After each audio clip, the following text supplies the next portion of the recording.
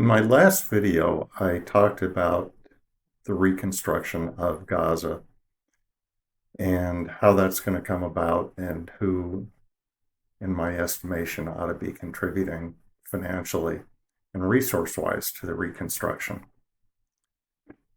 A consideration that should not be lost is recovering assets stolen from the Palestinians by their leadership over the decades.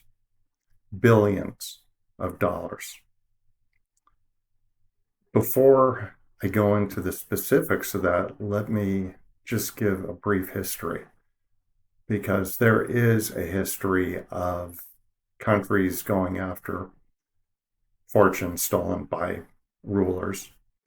The one that comes immediately to my mind is the Philippines, who went after the assets stolen by ruler Ferdinand Marcos and his family.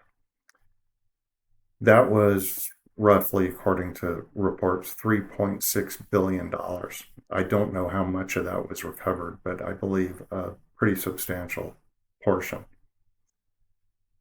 Fortune stolen from Nigeria and other countries over the years have also been recovered.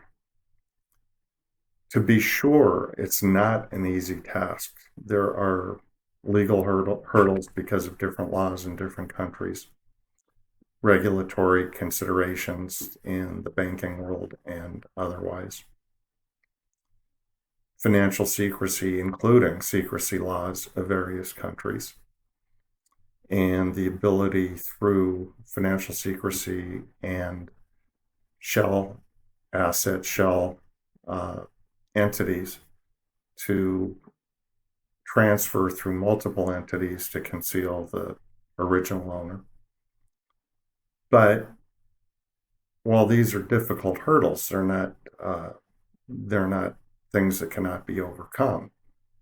And in fact, in these instances, Philippines and Nigeria and so forth, they were overcome in great part. It has become of such a concern that world organizations recognize the need to do this and have provided organizational structure and help to do so. For example, the World Bank has a branch or an entity called the Stolen Asset Recovery Initiative that assists in these endeavors. And very interestingly, the United Nations has a branch called the UN Convention Against Corruption that can assist. And here's where it gets interesting, because the UN has actually had a number of people on the inside who have supported Hamas. It was concealed, but it came to light during the conflict in Gaza since the October 7 event. And a number of people were let go as a consequence or left. But the reality is there has always been such an anti-Israel bias in the organization that it has seemed to cloud their judgment in just about every matter when it comes to Israel. So hopefully, in this regard, the UN will take their blinders off and recognize if their true goal is to assist the Palestinian people and not simply to use the conflict as a weapon to go after Israel. If that's true, the UN would assist in trying to recover these assets for the Palestinians. So where have these assets gone? Well, for one, Yasser Arafat, during his reign, allegedly made off with some billions of dollars, certainly upwards of $1 billion, $2 billion. I saw reports some time ago that it was $4 billion or more that they knew of. There may be many other assets hidden elsewhere. I just read that the assets have declined in value, the family assets that have been left behind, and are down to about $1 billion. But I also read that his wife continues to receive $200,000 a month. That's a lot of money. It's got to be coming from somewhere. Mahmoud Abbas, head of the PA, the Palestinian Authority, has probably tens, if not hundreds, of millions of dollars. Sinwar, the recently assassinated leader of Hamas, he confiscated lots and lots of money. Who knows how much? It's reported that he has hidden his money in Turkey, Algeria, Sudan. These are going to be difficult places to recover resources from.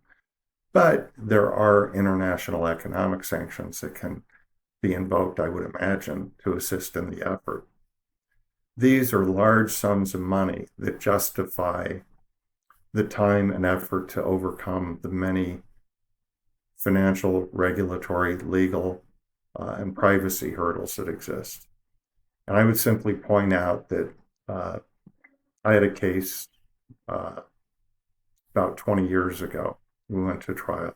Had to do with the sale of a biotech company for around $100 million. And my clients were entitled to a small percentage as bonuses. And the man who was the founder of the business and sold the business refused to pay them. We filed a lawsuit. We ultimately recovered. But he had structured the sale so that much of that money went through various shell organizations, trusts, corporations, and so forth, to offshore banks in Cayman Islands, Switzerland, Liechtenstein. And there was enough money involved that we were able to trace things through legal proceedings, and we ultimately recovered. And my point is simply that we're talking in this situation with assets stolen from the Palestinians.